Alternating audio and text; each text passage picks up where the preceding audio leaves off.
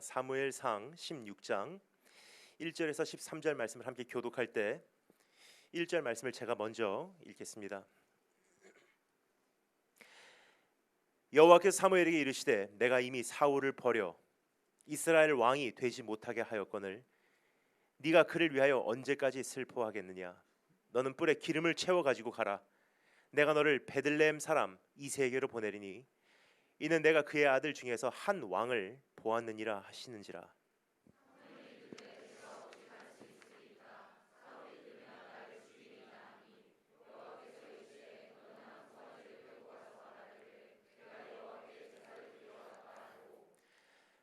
이새를 제사에 청하라. 내가 내게 행할 일을 가르치리니 내가 내게 알게 하는 자에게 나를 위하여 기름을 부을지니라.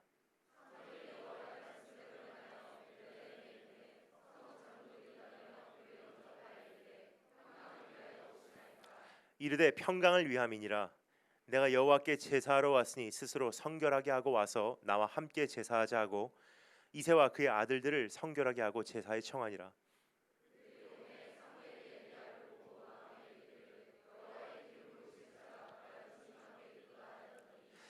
여호와께 사무엘에게 이르시되 그의 용모와 키를 보지 말라. 내가 이미 그를 버렸노라.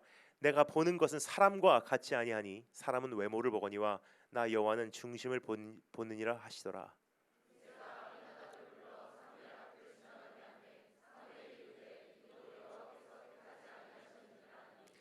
이새가 산마로 지나게 하매 사무엘이 이르되 이도 여호와께서 택하지 아니하셨느니라 하니라.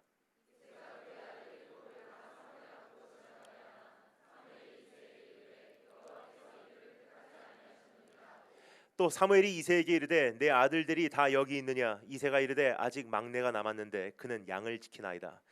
사무엘이 이새에게 이르되 사람을 보내어 그를 데려오라. 그가 여기 오기까지는 우리가 식사 자리에 앉지 아니하겠노라.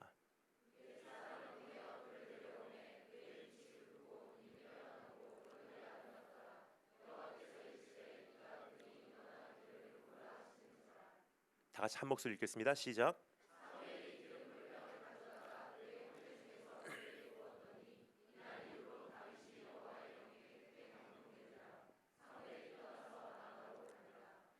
아멘. 다 기도하겠습니다. 하나님께서는 사람을 찾고 계십니다. 수많은 예배가 있고 수많은 화려한 교회가 있고 수많은 세련된 고백들이 있지만 조금 전에 제가 기도 드리면서 말씀드린 바와 같이 하나님께서 찾으시는 그 사람은 많이 드물지 않나 하는 생각을 해보게 됩니다.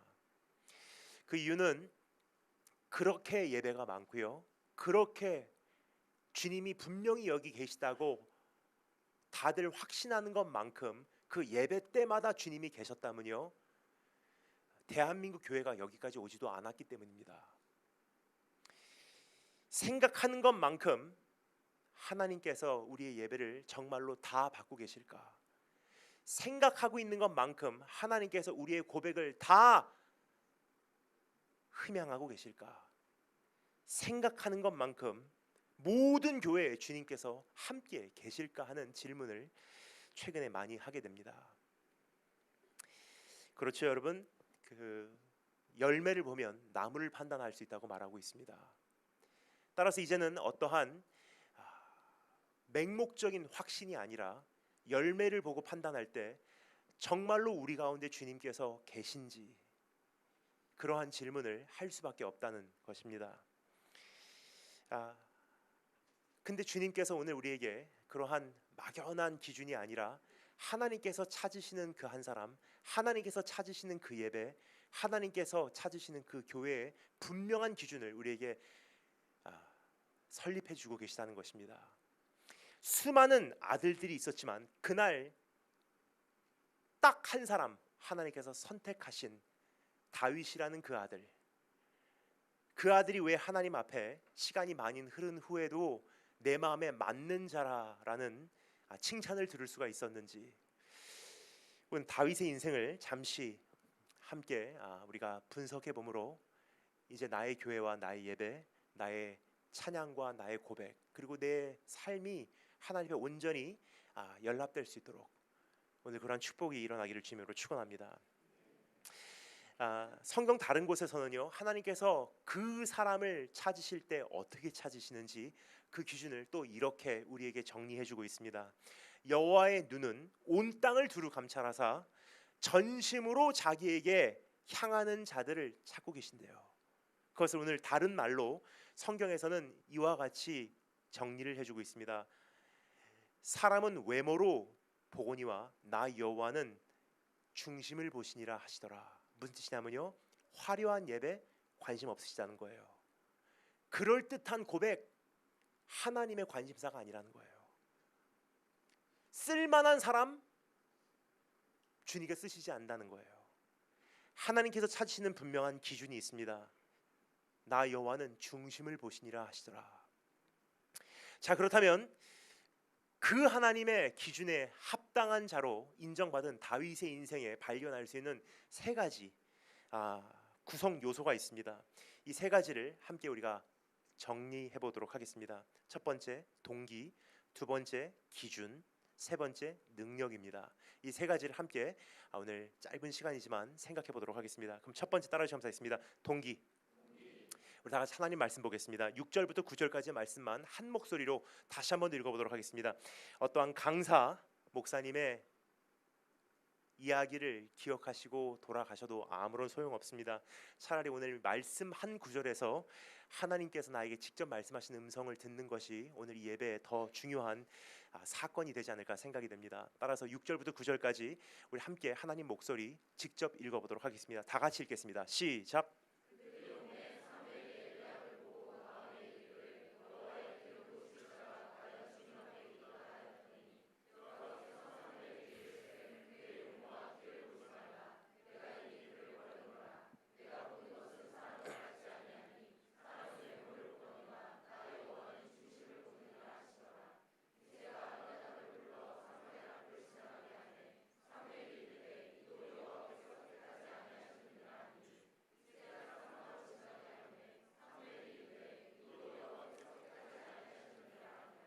아멘.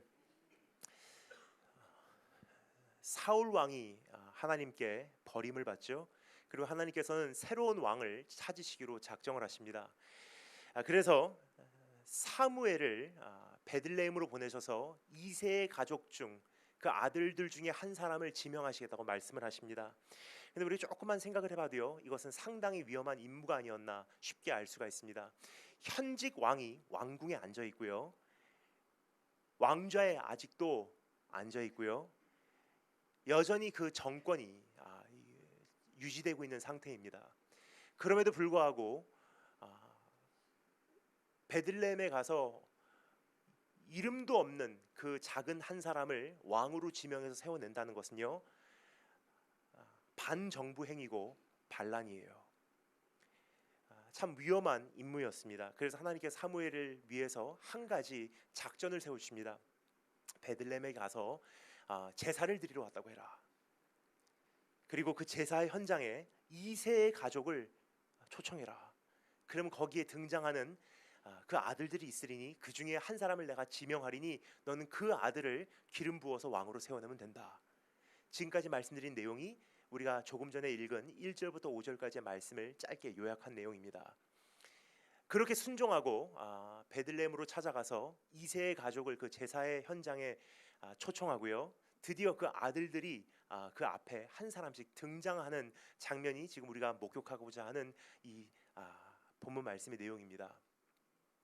여러분 한번 상상해 주면 좋을 것 같습니다. 참 유명한 세계적인 어떠한 목사님이요, 우리 집에 가정 예배를 들어드리러 오신다고 하면요, 여러분 어떻게 하시겠습니까? 나보다도 어머니 아버지가 더 긴장하실 거예요. 벌써 그 날짜가 정해지는 그때부터 한 달 전부터 집안 인테리어 공사 들어갑니다. 시집간 딸, 장가간 아들 다 전화해서요, 이런 기회 두 번 다시 없으니 그날 스케줄 비우고 손자 손녀 데리고 축복기도 받으러 와라.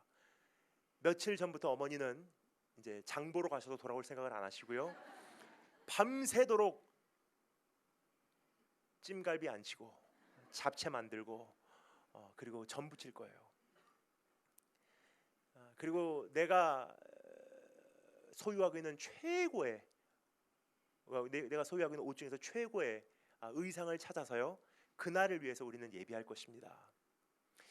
여러분, 유명한 한 목사님이 우리 집에 가정 신방을 오시는 것만 해도 그 정도의 준비와 예의와 또 그러한 긴장감이 맴도는데요, 사무엘이라는 선지자가 어떠한 선지자죠? 여러분 기억하시는지요? 이스라엘 일대 왕을 세운 선지자예요.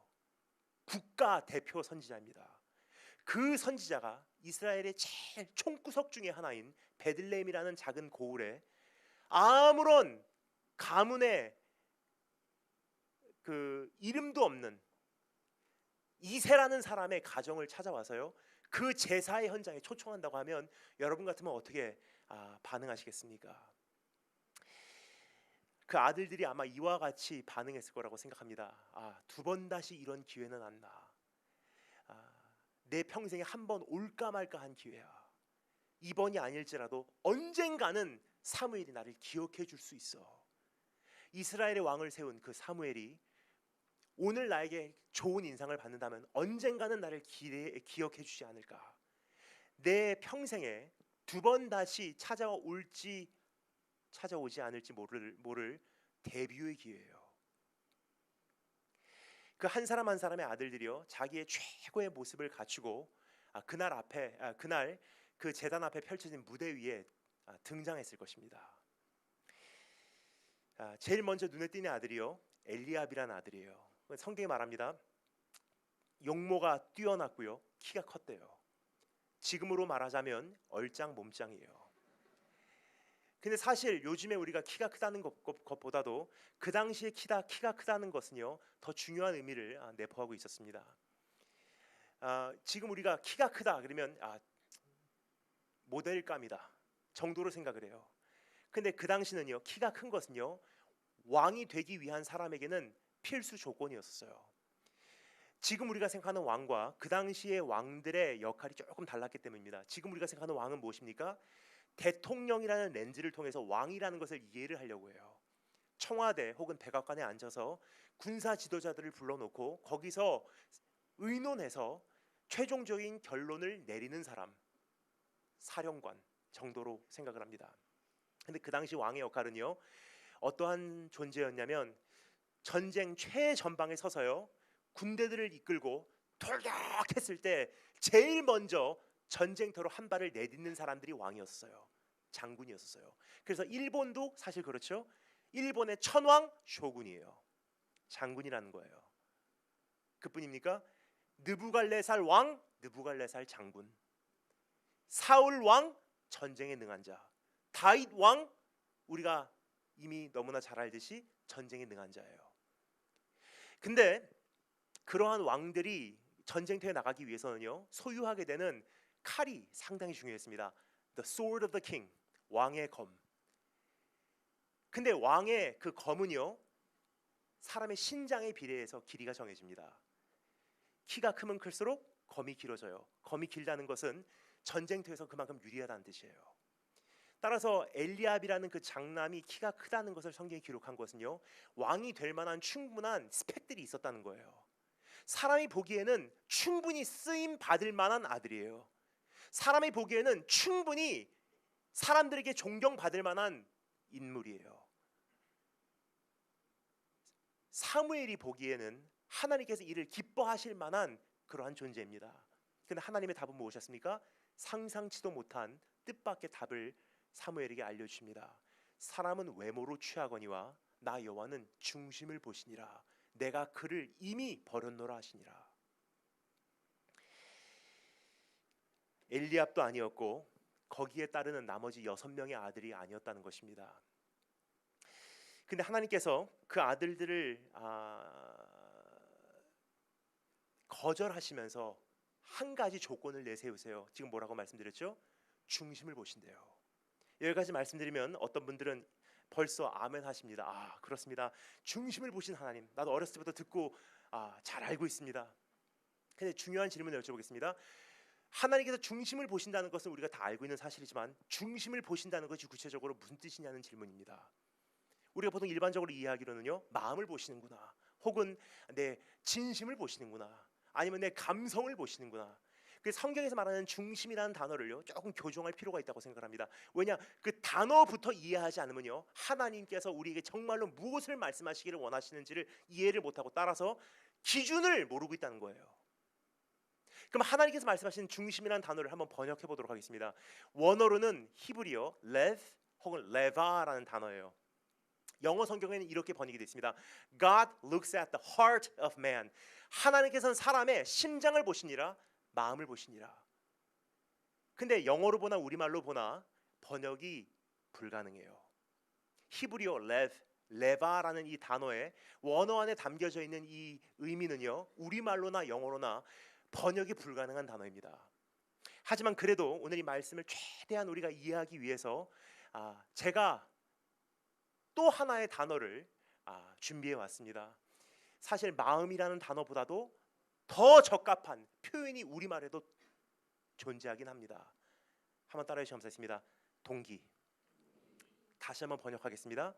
사람은 외모를 보거니와, 다른 말로 사람은 화려함을 보고, 사람은 그럴듯함을 보고, 사람은 이 예배 가운데 계실 거야, 이 정도 예배라면 받아주실 거야, 이 정도 찬양이라면 주님께서 기뻐하실 거야, 이 정도 고백이라면 주님의 마음에 흡족하실 거야, 이 정도 봉사라면 주님께서 행복해 하실 거야. 근데 주님께서 물어보시는 것은 무엇입니까? Why? 동기를 보시니라. 즉, 너 왜 찬양하니? 너 왜 울고 있니? 너 왜 기도하니? 너 왜 예배드리러 왔니? 너 왜 신앙생활하니? 너 왜 봉사하니? 너 왜 단기 선교행 갔다 왔니? What's your motivation? What's your motive? 네 동기가 무엇이냐는 거예요. 여러분, 수많은 사람들이요 주님 앞에 합당하지 못한 동기로 오늘 이 시간에도 예배드리고 있다는 사실이에요. 주님께서 받으시지 않는 동기로 봉사하고 사역하고 헌신하고 있다는 뜻입니다. 주님께서 거절하시는 동기로 고백하고 있다는 뜻이에요.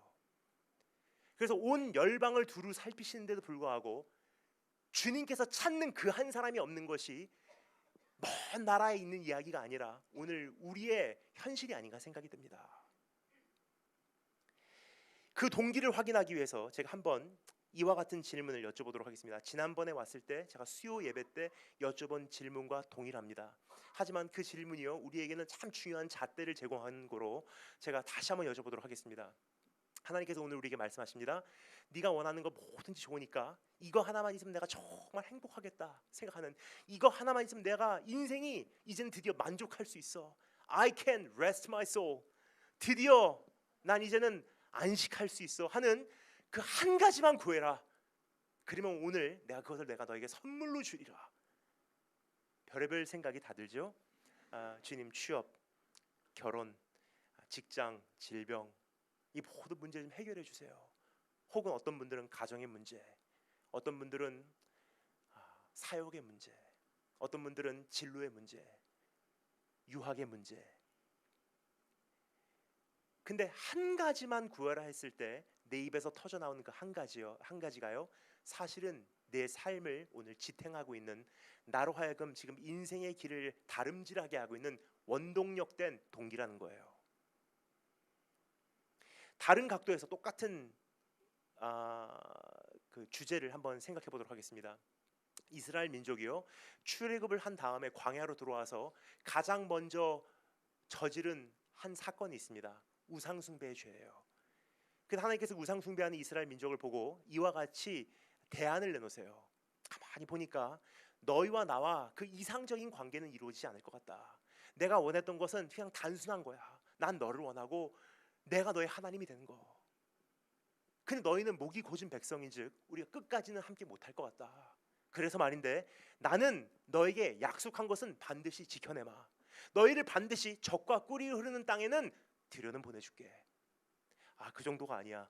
너희보다 내 사자를 먼저 보내서 가나안 땅에 살고 있는 모든 족속을 다 몰아내주고 네가 가나안 땅에 들어가기까지 필요한 모든 자원을 뒤에서 다 공급해줄게. 너희를 반드시 젖과 꿀이 흐르는 그 현장에 내가 도달케 해주마. 그러나 나는 너희와 함께 가지 아니하리라. 이와 같이 주님께서 물어보시면 여러분 뭐라고 대답하실래요? 주님, 일단 아멘으로 받겠습니다. 그렇게 대답하실래요? 모세가 뭐라고 대답한지를 기억하십니까? 주께서 우리와 함께 약속의 땅으로 가지 아니하시려거든 아예 우리를 이 광야에서 올려보내지 마옵소서. 번역합니다. 이런 뜻이에요. 약속의 땅에 들어간다 한들, 병이 치유를 받는다 한들, 유학의 길이 열린다 한들, 취업이 이루어진다 한들, 진학이 순조롭게 진행이 된다 한들, 주님이 그곳에 안 계신다면 거기는 또 다른 광야의 연장선입니다. 그러나 오늘 지금 내가 놓여진 곳이 정말 숨막히는 환경, 내일이 보이지 않는 일상생활, 반복되는 이 지루한, 내 인생에 정말 무슨 의미가 있나 하는 그러한 삶이라 할지라도 주님이 여기 나와 함께 계신다면 난 이미 인생의 목적지에 도달했습니다. 뭐죠? 내 인생의 성공과 실패를 좌우하는 기준도 주님이시오. 내 인생의 목적지도 주님이시오. 주님이 내 인생의 동기란 뜻이에요. 그러한 모세였기 때문에 40년 동안의 광야 생활을 마치고 이제 드디어 가나안 땅이 눈앞에 보이는 느보산 꼭대기로 하나님께서 정상으로 안내를 하세요. 이제 요단강만 건너면 가나안 땅으로 입성을 하는 거예요. 근데 하나님께서 모세에게 참 충격적인 말씀을 하십니다. 모세야, 저기 보이는 땅이 가나안 땅이야. 근데 너는 여기까지야. 모세가 어떻게 반응했습니까? 주님, 배반자. 그렇게 대답했어요? 아니에요. 답을 드리겠습니다. 아무런 반응도 없었어요. 왜 그런 줄 아십니까? It was no big deal. 모세에게는 그게 별로 중요한 게 아니었어요. 반응할 만한 중요한 일이 아니었다는 뜻이에요. 그 이유가 무엇입니까? 이미 그 답은 조금 전에 말씀드린 광야 생활 초창기에 해결된 문제였어요. 모세가 40년 동안 광야 생활을 하면서 그가 갖고 있었던 목적지는요, 약속의 땅이 아니라 주님 자체였었어요. 주님, 내가 저 무대 위에 안 올라가도 괜찮아요. 주님, 저 데뷔 안 해도 괜찮아요. 저 왕궁에 안 들어가도 괜찮아요. 왕좌에 안 앉아도 괜찮아요. 한번 귀하게 쓰임 안 받아도 괜찮아요. 세계적인 무대에 서서 하나님께 영광을 못 돌려도 괜찮아요. 나는 지금 정말 답답하고 내 인생이 지금 무슨 의미가 있나, 그러한 일상생활을 매번 반복하며 산다 할지라도 오늘 나의 삶에서 주님께서 함께 계신다면 나는 더 이상 바랄 것이 없습니다. 뭐죠? 그의 동기는 주님 자체였다는 뜻이에요. 7명의 2세 아들들, 한 가지 동기가 있었어요. 그 무대 위에 올라가는 것, 사무엘의 눈동자에 발견되는 것, 언젠가 somebody가 되는 것. 근데 참 희한하게요, 그러한 위대한 면접날 나타나지 않은 딱 한 사람이 있어요. 누구죠? 다윗이에요. 혼자서 밖에서 양치고 있어요. 왜 그랬을까요? 어떤 분들은 이렇게 오해를 하세요. 아, 형들한테 미움을 받아서. 근데 여러분, 야곱 이야기하고 헷갈리면 안 됩니다. 아무데도 기록이 없어요. 형들한테 미움받아서 양치고 있었다는 거. 다윗이 왜 혼자서 양치고 있었을까요? 딱 한 가지 이유가 있습니다. 나중에 알게 돼요. 다윗의 시, 다윗의 고백에서 여호와는 나의 목자시니 내가 부족함이 없으리로다. 하나님, 지금 양치는 거, 저 왕궁에 들어가는 거하고 비하면요, 정말 보잘것없는 인생입니다. 그러나 내 인생의 최종 목적지는 주님 자체이니 여기서 내가 양들과 둥글면서 오늘 하루를 통해서 주님을 얻을 수 있다면 악인과 함께 왕궁에 거함보다 난 주의 문지기를 줬사오니. 근데 하나님의 관심은 어디 있었습니까? 그럴듯하게 자기 자신을 칼을 갈듯이 갈고 그 무대 위에 데뷔한 그 사람들이 아니라 아무도 봐주지 않는 그곳에서 주님 한 분을 내 인생의 동기 삼고 달려가고 있었던 그 한 사람의 주님의 관심이 있었다는 것입니다. 여러분, 오늘 이 시간 참 안타까운 것은요, 참 수많은 예배와 고백과 찬양과 헌신과 봉사들이 이루어지고 있는 건 사실이에요. 근데 하나님께서 찾으시는 그것이 없다는 것은요, 동기가 우리 안에서 지금 어떠한지 확인할 때가 됐다는 뜻입니다. 두 번째, 따라 점사했습니다. 기준. 함께 읽겠습니다. 10절부터 12절 말씀, 10절부터 12절 말씀 한 목소리로 읽겠습니다. 다 같이 한 목소리 시작.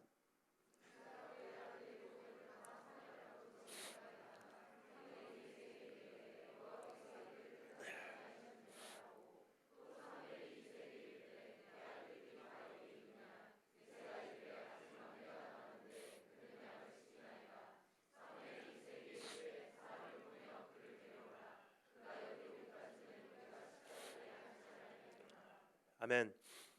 결국 하나님께서는요 다윗을 그 뜰에서 불러들이십니다. 그리고 다윗을 왕으로 세워내세요.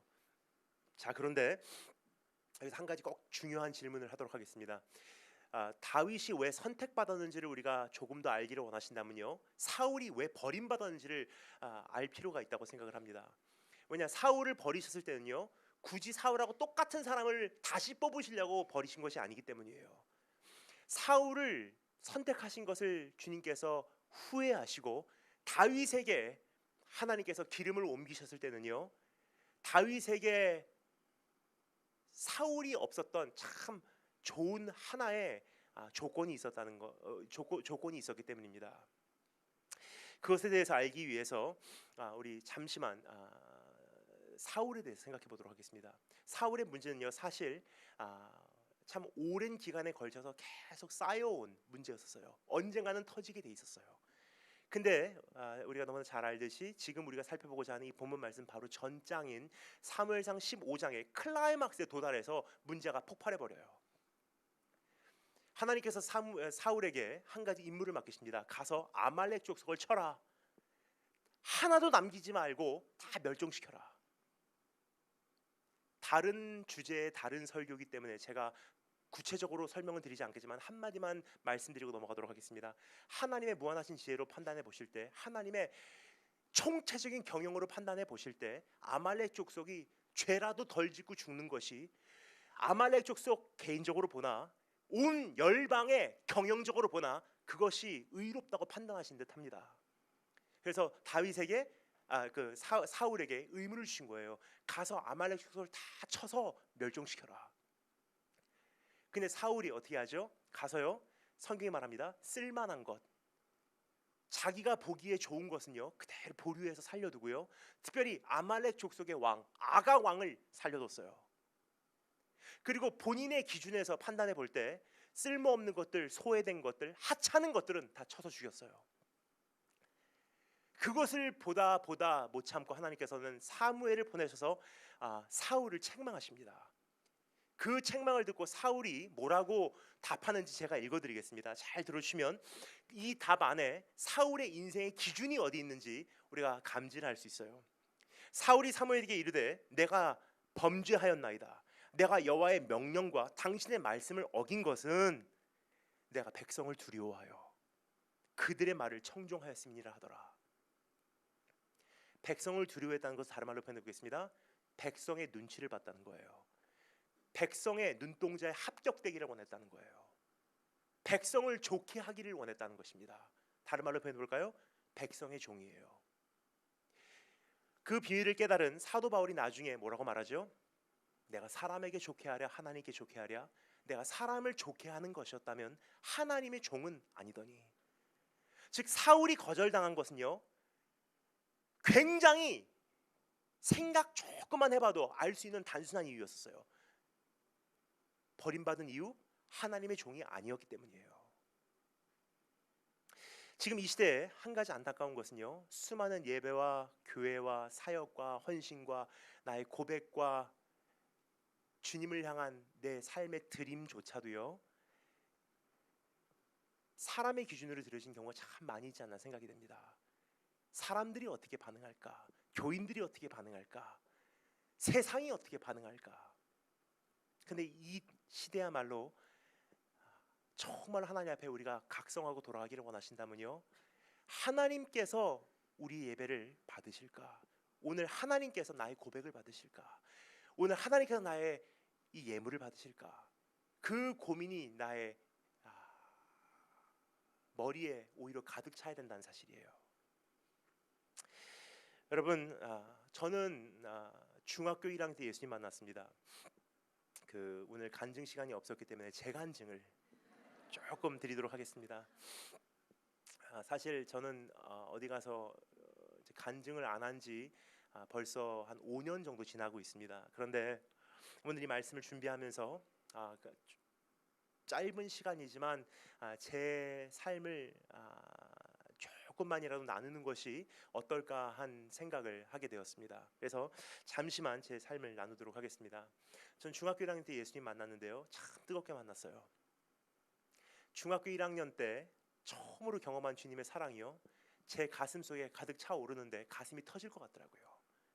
중학교 1학년짜리가 바닥에서 3시간을 뒹굴면서 부르짖었어요. 와 하면서 나를 거기까지 사랑하십니까? 한 2-3시간 울었는지 탈진을 했는지 기절했는지는 그건 모르겠습니다. 의식을 잃었어요. 그리고 2시간 정도 깊은 잠을 자다가 깨어나고, 그때 제 입에서 선포된 처음 고백, 내 생명 드리겠습니다. 평신도로 드리던, 사역자로 드리던 내 삶은 주님 것입니다. 그때부터 고민을 했습니다. 하나님, 내가 어떻게 하면 주님의 마음을 흡족하게 해드릴 수 있을까요? 그렇게 고민하던 가운데 하나님께 저에게 주신 한 가지 주님을 섬길 수 있는 길이 있었습니다. 저는 그 당시 일본에 살고 있었습니다. 처음 저를 보시는 분들은요, 모르시기 때문에 제가 짧게 소개드리겠습니다. 저는 제1교포 3세예요. 어쩐지 추성훈 씨하고 닮았죠? 예, 안 닮았습니다. 지진이 씨하고 추성훈 씨하고 결혼하면 제가 나옵니다.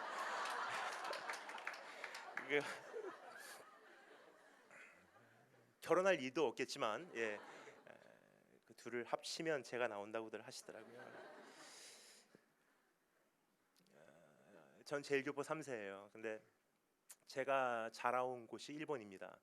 일본에서 사는 가운데 참 일본 사람들을 향해서 많은 눈물을 흘렸습니다. 일본이라는 곳은요, 1억 2,600만에서 800만 인구 보고 있죠. 그 중에 기독교 인구 0.2%예요. 한 사람이 태어나서 한 평생을 살면서 죽을 때까지 예수 그리스도의 이름을 단 한 번도 못 듣고 죽는 사람들이 태반이에요. 심지어 어떤 이들은요, 실제로 지금도 크리스마스가 산타크로스 생일인 줄 알고 있는 사람들도 참 많습니다. 근데 중학교 1학년짜리도 할 수 있는 게 있더라고요. 그런 일본 땅에서 말씀을 외쳐야지 하는 생각을 하게 되었습니다. 그래서 성경책을 들고요, 제가 살고 있었던 곳 후쿠오카 가장 중심 덴진이라는 곳으로 제가 나갔어요. 후쿠오카 도시 면적으로 하면요, 일본의 3대 도시 중에 하나예요. 도도후켄, 도쿄도, 오사카후, 후쿠오카 켄. 후쿠오카 현의 가장 중심가 덴진, 토요일날 저녁 7시 최고 하이라이트 피크아워. 얼마나 사람들이 많이 다니는지. 거기에 제가 성경책을 갖고요, 중학교 1학년 때 딱 섰어요. 그러니까 사람들이 지나다니면서 저를 봐주지도 않더라고요. 어떻게 해야지 이 사람들의 관심을 조금이라도 끌을 수 있을까? 그때 든 생각이요, 높은 곳으로 올라가야 되겠다는 생각을 했습니다. 보니까 마침 저를 위해서 무대가 준비되어 있어요. 다니는 자동차 차로와 사람들 다니는 인도 딱 중간을 가로막고 있는 울타리, 거기 가드레일을 제가 올라갔습니다. 근데 이게 파이프로 형성이 되기 때문에 중심을 잡기가 참 힘들어요. 그 파이프 위에 발을 딛고 서서 마침 그 옆에 세워진 신호등에 매달려서요, 성경책을 들고서 제가 처음으로 설교를 하기 시작했어요.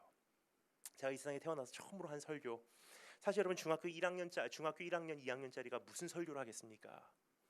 그리고 저는요, 초등학교 4학년까지 한국에서 살다가 일본에 갔기 때문에 제가 중학교 한 1학년, 2학년쯤 될 때까지는요, 영어하고 일본말을 동시에 배운 지 딱 3년도 채 안 됐을 때였었어요. 그러니까 한국말, 영어, 일본말 제대로 하는 것도 없었고요, 중학교 2학년짜리가 뭘 안다고 설교를 하겠습니까? 근데 저 같은 사람도 할 말이 있더라고요. 신호등에 매달려서 성경책을 들고서 그날 외쳤던 제 처음 설교. 예수 그리스도, 예수 그리스도, 예수 그리스도, 예수 그리스도, 예수 그리스도, 예수 그리스도. 그것만 2시간 외쳤어요. 혹시나 거기 신호 바뀔 때까지 기다리고 계신 보행자들, 예수 그리스도라는 이름만 한번 들을 수 있으면 얼마나 좋을까 하는 그 바람이 간절했기 때문이에요. 그렇게 시작한 노방전도 제가 고등학교 3학년 마칠 때까지 하나님이 제 증인이십니다. 매주 토요일 저녁 7시 한 번도 안 빠졌어요.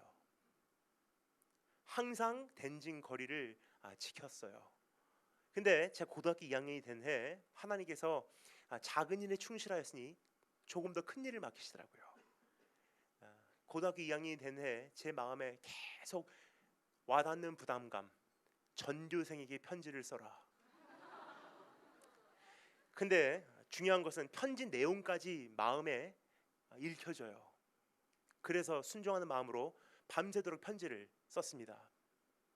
숨어있는 크리스찬들이여 나와라. 너희들이 이 사람들 앞에서 우리 주님을 부인하면 먼 훗날 우리 주님께서도 아버지와 천사들 앞에서 너희를 부인할 것이다. 나와서 우리 학교의 구원을 위해서 이제 함께 모여서 기도하자. 아침 새벽까지 학교 가서요, 다 커피 띄어서 교장실부터 시작해서 학부형 어린 아이들까지 다 한 장씩 나눠줬어요. 첫 번째 기도 모임. 여동생하고 저 단 둘이 모였어요. 학교 식당에서 손잡고 이제 드디어 학교를 위해서 기도하기 시작합니다. 근데 그때부터는요, 핍박으로 바뀌더라고요. 주스병들이 날라와요. 여동생과 기도하고 있는데 눈 감고 있는데 갑자기 옆에서 와장창 깨지는 소리가 들려고 눈 떠먹고 보면요, 친구들이 소리를 질러요. 딴 데 가서 하라고. 그렇게 시작한 노방전도. 근데 사실 지금 생각해 보면요, 고등학교 2학년치가 짊어질 수 있는 분량의 멍해가 아니었나 하는 그러한 참 어린 제가 가엾다 하는 생각을 가끔 할 때가 있습니다. 지금 같으면 우리 청소년 아이들에게 거기까지 내가 말할 수 있을까 하는 생각을 해요. 근데 그때 당시에 든 생각은요, 학교 가는 게 참 저에게는 큰 그 사명이었어요. 그 이유를 말씀드리겠습니다. 제가 다니는 학교 인터내셔널 스쿨 17개국에서 온 세계에서 학생들이 몰려와서요, 영어로 공부하는 그러한 외국인 학교예요. 근데 온 세계에서 학생들이 왔다는 것은요, 온 세계의 문화, 배경도 온 것도 분명하지만 자기 종교와 잡신들 다 데리고 왔어요. 저희 학교에 없는 종교가 거의 없습니다. 이슬람교, 힌두교, 불교, 유대교, 천주교, 신토교, 남녀 호랭기교 거의 다 있었어요. 근데 학교를 가잖아요. 친구들이 하나님을 접할 수 있는 유일한 방법이요, 저를 보고 해요. 저의 모든 행동과 말과 심지어는 제가 무심코 얼굴에 띄우고 있는 그 표정마저도요, 친구들의 현미경 아래 있어요. 근데 친구들이 기도 모임을 하는 저를 보고요, 제가 싫어하는 말이 뭔지를 금방 터득을 했어요. 너 같은 것 때문에 교회 안 가. 그러면요, 고등학교 2학년짜리가 울면서 집에 와요. 얼마나 하나님께 죄송하든지. 그리고 기도합니다. 하나님, 그 핏값을 내가 물을 자신이 없습니다. 나 때문에 저 친구 지옥 가면 어떻게 합니까? 내가 못 살아서, 내가 말 한마디 잘못해서, 내가 내 입술 하나 지켜내지 못해서, 내가 내 표정 하나 관리하지 못해서 저 친구가 하나님에 대해서 잘못 판단하면 어떻게 합니까? 그러다 보니까 학교 갈 때 참 많이 부담이 돼요. 얼굴의 표정, 말 한마디 한마디, 시간 지키는 것, 지각하지 않는 것, 모든 숙지하는 것, 선생님들한테 존경받는 것, 친구들 앞에서 이만큼의 흠보이지 않는 것, 운동도 잘해야 되고 공부도 잘해야 되고 다 보고 있어요. 너 같은 것 때문에 교회 안 가 그래요. 고등학교 2학년짜리가 짊어지기 참 좀 지나치게 무거운 멍해가 아니었나 싶습니다. 그래서 제 자신을 더 이상 믿지 못해서 하루에 3번 때를 정해놓고 기도를 하기 시작했어요. 학교 오자마자 기도하러, 점심 먹고 내려와서 기도하고, 저녁에 학교 끝나고 집에 가기 전에 기도하고. 어디서 기도하냐? 학교에서 기도할 수 있는 유일한 기도의 골방, 화장실. 그냥 화장실 숨어서 그런 기도 안 해요. 화장실을 선택한 이유는요, 다른 이유가 아니라 딱 한 가지 이유예요. 조용히 기도할 수 있으니까. 아무도 안 가는 1층 건물 한쪽 구석에 있는 그 화장실, 거기 들어가서요, 세면대 앞에 그냥 무릎 꿇고 앉습니다. 그리고 기도해요. 하나님, 내 입술과 행동과 얼굴의 표정과 친구들을 대하는 방법과 선생님들을 대하는 방법, 그리고 제가 학생으로서의 모습을 주님께서 주관하여 주시사 누구에게 실족의 대상되지 않게 하시고, 내가 복음에 도움은 못 될 망정 복음의 장애물은 되지 않게 해주시길 원합니다. 그렇게 기도하다 보면요, 친구들과 선생님들이 가끔 내려와서 화장실에서 기도하는 저를 보고 깜짝 놀래요. 세면대 앞에 무릎 꿇고 있으니까, 야, 일어나 일어나.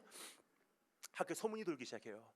얘는 일주일에 한 번씩 덴진 한 가운데서 이상한 짓 한다. 그리고 얘는 하루에 3번씩 화장실에서 이상한 짓 한다. 근데 사실 저에겐 별로 중요한 상황이 아니었습니다. 그냥 하나님 앞에 어떻게 하면 바로 살까 참 많이 몸부림쳤어요. 그 이유는요, 나 때문에 주의 영광 가리는 것이 죽기보다 싫었거든요. 그러다 보니까 1년이 금방 지나가더라고요.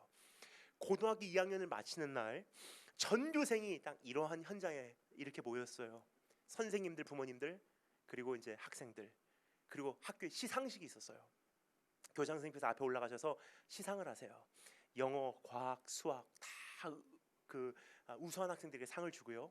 드디어 일본 말로 도떼오키노, 마지막에 남겨둔 최고의 명예로운 상, PTA 상이라는 상이 있어요. 선생님들과 부모님들이 의논하고 가장 그래도 모범스러운 학생에게 1년에 한 번 주는 상,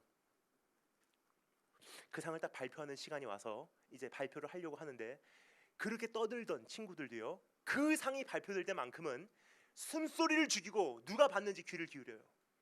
근데 전 지금까지 확실히 기억합니다. 그 상을 딱 발표를 하는데요, 참 희한해요. 제가 그 상에 관심이 없었어요. 그래서 사실 오늘 이 말씀을 준비하면서 간증을 해야 되겠구나. 그래서 이 말씀을 준비하면서 이 말씀이 이해가 되더라고요. 왜 다윗이 그 무대에 관심이 없었는지. 그 상에 관심이 없었던 이유는요, 일단 첫 번째 이유, 1년 동안 주님 앞에 무릎 꿇고 살면서, 노방에서 외치면서 살면서 이미 주님을 얻었기 때문에 사람이 뭐라고 이야기하든, 저 상으로 내 자신을 증명하든 증명하지 못하든 난 주님 안에서 이미 만족합니다라는 고백이 나오더라고요. 하지만 두 번째 이유가 있습니다. 그 상을 딱 발표를 하는데 교장 선생님의 그 마이크 음성이 들리기보다도 제 가슴에만 더 확실히 들리는 한 가지 음성이 있었어요. 이것은 어떠한 소리기보다도 지금까지도 제가 잊지 못하는 하나의 음성입니다. 가슴 깊이 새겨 파여드는 그런 확신이라는 음성이에요. 교장 선생님께서 그 상을 발표하는데 제 안에 들리는 그 확신의 음성 딱 한마디 하시더라고요. 하나님께서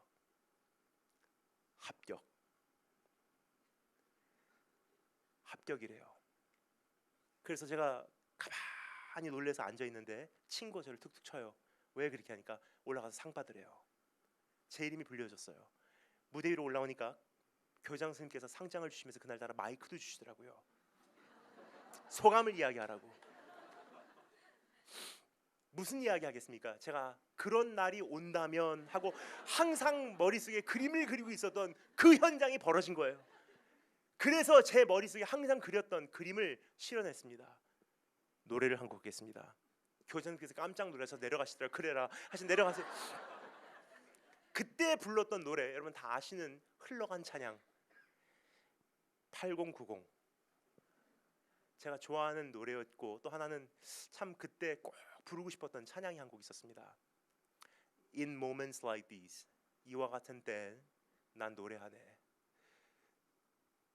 사랑을 노래하네. 주님께 다 자기네 신들이 옳다고 하는 이 세상 사람들의 이 무대 앞에서 나를 이 무대 위에 올려 세워 주셨을 때 난 주님 앞에 고백하고 싶습니다. 주님만이 유일신이시여, 주님만이 사람의 인생을 여시고 닫으시는 분이시고, 주님이 여시면 닫을 자가 없고 주님이 닫으시면 열 자가 없고, 사람을 높이시고 낮추시는 분이시고, 생사화복을 한 손에 쥐고 계신 주권자이시라. 주님 사랑해요, 주님 사랑해요, 주님 사랑해요 계속 찬양 불렀어요. 근데 사실 마음 한구석에서는요 이러한 확신이 있었습니다.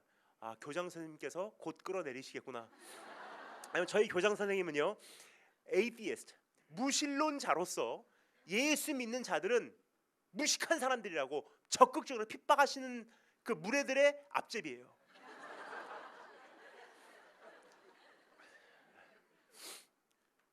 근데 그냥 계속 찬양하고 있으면서 에라 모르겠다 하고 손 들고 있는데, 찬양을 다 마치고 눈을 떠보니 이게 웬일입니까? 선생님들하고 친구들이 울고 있더라고요. 이해가 안 갔어요. 왜 울지? 무대 위에서 내려가고 나니까 시상식을 마치고 알게 됐어요. 시상식을 마치기에 바쁘게 미세스 넬슨이라고 하는 제 9학년 때 담임 선생님이요 저를 향해서 막 달려오시더니 저를 칵 안아주세요. 그러면서 하셨던 말씀, 고맙다, 고마워. 네가 보낸 편지 기억나니? 숨어있는 크리스찬들이여 나와라 했던 거. 금년 초에 내가 그 편지를 받고 집에 가서 얼마나 힘들었는지는 넌 모를 거야. 사실은 나도 크리스찬이야. 근데 20년 동안의 일본 생활 속에서 내가 크리스찬이라는 사실을 숨기고 살았는데, 그 편지를 받고 도전받고 나도 크리스찬입니다 하고 나오고는 싶지만 그게 쉽지 않더라. 근데 나 같은 사람이라고 우리 아버지 하나님 안 높여드리고 싶겠냐. 우리 모두 하고는 싶지만 용기가 없어서 못하는 것을 네가 대신해줘서 참 고맙다. 그러니까 친구들이 한 명씩 자기도 그렇다고 나오기 시작하더라고요. 그때부터 제가 졸업할 때까지 12학년 또 1년, 그리고 제가 졸업한 이후에 여동생에게 맡긴 기도 모임, 여동생 졸업할 때까지 추가로 3년, 그때까지는 여동생하고 저하고 단 둘이서 모였던 기도 모임이요 여동생 졸업할 때까지 30명으로 부흥을 했어요. 여러분, 저는 사실 하나님 앞에 쓰임 받을 조건이 진짜 하나도 없는 사람이에요. 교단도 없고요, 파송 교회도 없고요. 제가 미국에서 파송받고 중국으로 처음 들어갈 때 제가 전도사 생활했던 교회에서 단돈 200불 주더라고요. 처음에 한국 나와서 살 곳도 없었어요. 근데 지난 12년 동안의 제 삶을 가만히 돌아보면요 이름도 없는 한 사람이요 참 삭막한 어마어마한 거대한 바다와 같은 이 대한민국 교계라는 속에서 제가 받은 은혜는요 한마디로밖에 표현을 못해요. 지금까지 살아온 거 다 주의 은혜라. 물 붓듯이 쏟아 부으시는 주의 사랑 고마워. 왜 그랬을까요? 딱 한 가지 이유예요. 제가 그만한 사람이어서? 아니에요. 제 관심은 여전히 딱 한 가지예요. 오늘 말씀을 마치고 집에 가면서 야, 다니엘 김 목사님 설교 좋았어? 관심 없어요. 2번 다시 저런 강사 안 모셔? 관심 없어요. 제가 지금도 온 세계를 다니면서 모든 집회마다 그날마다 듣기를 원하는 한 가지 음성, 동일한 음성이에요. 마치고 집에 돌아가는 길목에서 하나님께서 오늘도 또 그 한마디 해주실까? 합격. 여러분의 삶을 살아가는 기준은 무엇입니까? 나라에서 정해놓은 그 기준에 합당하기 위해서 달려가니 얼마나 많이 수고하셨습니까? 그 대학에서 정해놓은 그 기준에 합당하기 위해서 거기에 미달될 때 참 내 자신이 열등하게 느껴지고요, 거기에 합격되면 내 자신이 참 대단하게 느껴지는 그러한 참 어리석은 삶을 살고 오시지 않으셨는지. 상대적으로 친구들과 비교하고 같은 동기들과 비교하고, 근데 오늘 그 무거운 멍에 다 내려놓으시고 하나님께서 우리를 부르시는 음성 들으시기 바랍니다. 주님 바라보라는 거예요. 주님 눈동자, 그분 앞에 합격되는 그 기준 하나로 달려가라는 거예요. 그것이 하나님께서 사람을 선택하신 기준이에요. 내 종이냐 사람의 종이냐, 내 종이냐 세상의 종이냐, 내 종이냐 그 직장의 종이냐. 마지막 세 번째, 짧게 살펴보고 마치겠습니다. 세 번째 따라 하겠습니다. 능력. 우리 다 같이 마지막으로 13절 말씀 읽겠습니다. 13절 시작.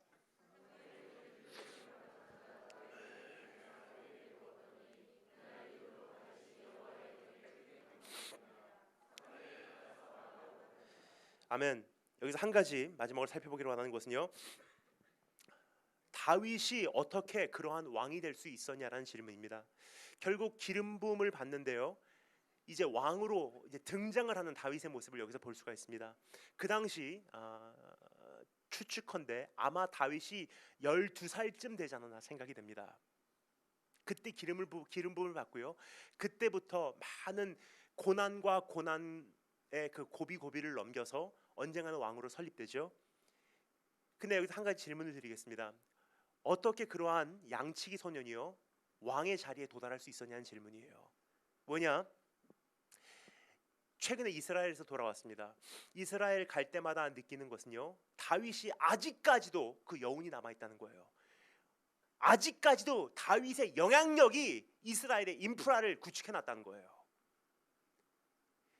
다윗, 이스라엘에 잊혀지지 않는 존재예요. 영웅 이상이에요. 이스라엘을 대표하는 상징입니다. 따라서 이스라엘 가면요, 유명한 것들은 다 이름이 다윗이에요. 유명한 호텔 다윗, 유명한 거리 다윗, 유명한 맛집에 런치 스페셜 데이빗 스페셜, 다 다윗이에요. 수천 년 전에 있었던 그 한 사람이요, 어떻게 오늘까지 그 양치기 소년이 그냥 왕이 됐어, 그래도 이해할 만해요. 근데 양치기 소년이요, 수천 년 동안 한 나라와 민족에게 어떻게 이러한 영향력을 끼칠 수가 있었냐는 거예요. 그 당시만 해도요, 모든 사람이 학교를 간 것이 아니기 때문에 왕이 되기 위해서는요, 어렸을 때부터 준비를 해요. 왕가에서 태어나서 왕이 되는 됨됨이를 어렸을 때부터 몸에 습득을 합니다. 왕들은 어떻게 교제하는지, 왕가는 어떻게 생활하는지, 왕들이 익혀야 되는 무술, 왕들이 알아야 되는 상식, 왕의 카리스마, 왕의 리더십, 다 어렸을 때부터 몸에 흡수를 하게 돼 있어요. 그래서 어느 날 왕관을 쓰는 거예요. 근데 다윗은 기억하십니까? 12살 때까지 그냥 양치고 들판에서 혼자서 노래 부르고 살았어요. 목사님, 그거는 답이 있습니다. 양을 치다 보니까 리더십을 배워서 왕궁에 들어가서 그 리더십을 발휘했을 것입니다. 근데 여러분, 양 100마리 치는 거하고 한 나라를 다스리는 거하고 그 리더십이 똑같다고 생각하십니까? 전혀 달라요. 그래서 질문입니다. 어디서 다윗이 그러한 영향력을 발휘할 수 있는 능력을 소유할 수 있었는가라는 질문입니다. 그 답을 드리도록 하겠습니다. 성경이 뭐라고 말하죠? 사무엘이 다윗에게 기름을 부음해 여호와의 영에 그날부터 크게 감동되니라 그래요. 이것은 그냥 왕으로 세워졌다는 뜻이 아니에요. 한 가지 꼭 기억해야 되는 것은요, 사무엘상이라는 이 책은요, 사사기의 연장선이에요. 사사기, 사사들이 구원자로 역사한 역사, 그리고 사무엘상에 들어와서요, 사사들은 물러가고 이제 왕들로 형태가 바뀌기 시작해요. 하나님의 구원의 손길이. 근데 하나님의 일하시는 방법은 동일해요. 사사기 때 하나님께서 어떻게 일하셨습니까? 동굴 속에 숨어있는 자들을 향해서 하나님께서 천사를 보내서 말씀하십니다. 일어나라 강한 용사여, 여호와의 영에게 크게 감동되니라. 용사로 세워져서 이스라엘 민족을 구원해요. 시대는 바뀝니다. 사사에서 왕으로 형태는 바뀌어요. 근데 하나님께서 일하시는 방법은 똑같아요. 즉 다윗이 모든 것을 갖췄기 때문에 기름 부음을 받는 것만 미달됐다가 사무엘이 와서 기름 주어서 이제는 왕의 충분한 권리를 가지고 왕이 됐다는 것이 아니에요. 아무것도 없었던 사람이에요. 그냥 어느 날 그냥 하나님 마음에 합한 자, 하나님의 기준에 합당한 중심을 가지고 사는 자, 하나님의 눈동자에 합격된 자로 살아가는 한 소년에게 기름을 부음해 그 인생의 주님께서 필요한 것을 그냥 채워낸, 그래서 하나님의 은혜로 한평생을 달려낸 인생이란 뜻입니다. 그래서 오늘 이 시간 한 가지 여러분께 질문을 드리도록 하겠습니다. 여러분, 이 남은 한 해 그리고 이제부터 다가오는 2018년 무슨 능력으로 감당하실 배짱이십니까? 준비를 열심히 하면, 사람을 잘 만나면, 그렇게 인주를 쌓으면, 그렇게 내가 열심히 노력을 하면 한계가 있더라고요. 결국 나를 그 자리에 도달케 하신 것은 하나님 뿐이에요. 그럼 하나님의 능력을 정말 의지하고 살 수 있는가? 그 사람들이 바로 주님의 마음에 합한 자가 아닌가 생각이 듭니다. 한평생을 달려간 이후에도 주님의 은혜만 생각하면 눈물을 흘릴 수 있는 그 사람들이 하나님께서 찾고 계신 그 한 사람입니다. 말씀을 마치겠습니다. 여기까지 말씀을 드리면요, 이제 많은 분들이 오늘 이렇게 질문을 하실 거예요. 목사님 참 은혜됐습니다. 감사합니다. 도전됐습니다. 그런데 사실은 이 말씀이 저에게는 부담이 됩니다. 왜냐? 나는 이미 너무 멀리 왔거든요. 나는 사실 주님을 향해서 그러한 중심을 드릴 만큼의 사람이 아닙니다. 내가 주님을 향한 그 열정은 이미 다 식어버린 지가 오래됐고요. 그 열정의 불은 다 꺼져가고 있고요. 그리고 내 삶에 이미 저지른 오류가 너무나 많기 때문에 내 인생은 이미 꺾여버린 그러한 형태입니다. 근데 이런 좋은 소식을 하나 말씀드리고 말씀 마치도록 하겠습니다. 그러한 우리에게, 오늘 한 걸음 내디딜 엄두를 못 내는 우리에게 주님께서 이렇게 말씀하십니다. 상한 갈대를 꺾지 아니시고 꺼져가는 등불을 끄지 않으신대요. 아멘 하심을 감사합니다. 그런데 왜 상한 갈대 꺾지 않고 꺼져가는 등불을 안 끄실까요? 언젠가는 내가 쓸만한 존재니까? 아니에요. 지금 말씀드린 이 말씀 전 구절에 어떠한 말씀인지 제가 읽어드리겠습니다. 내가 붙드는 나의 종, 내 마음에 기뻐하는 자, 다른 말로 내 마음에 합한 자, 내가 택한 사람을 보라. 내가 나의 영을 그에게 주었은즉 그가 공의를 행하리라. 다른 말로 표현하겠습니다. 그 종이, 하나님의 마음에 합한 그 종이 주님의 뜻을 대신 이루어 줬기 때문에 상한 갈대인 인생과 갈대인 것과 같은 나의 인생도 주님께서 꺾어버리지 아니하시고요, 꺼져가고 있는 열정을 가지고 있는 나 같은 존재도요, 주님께서 소멸하시지 않는다는 뜻이에요. 그럼 여기서 말하는 그 종이 누구죠?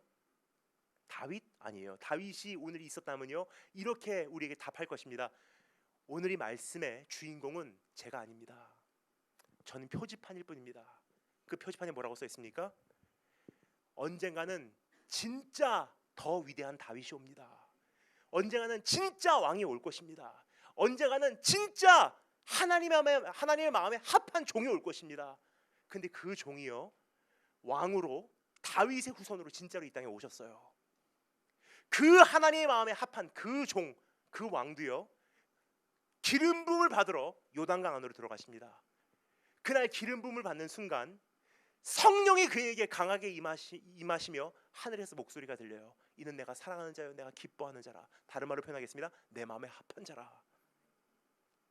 그렇게 하나님의 마음에 합한 자라면 왕궁에 들어가야 되잖아요. 왕좌에 앉아야 되잖아요.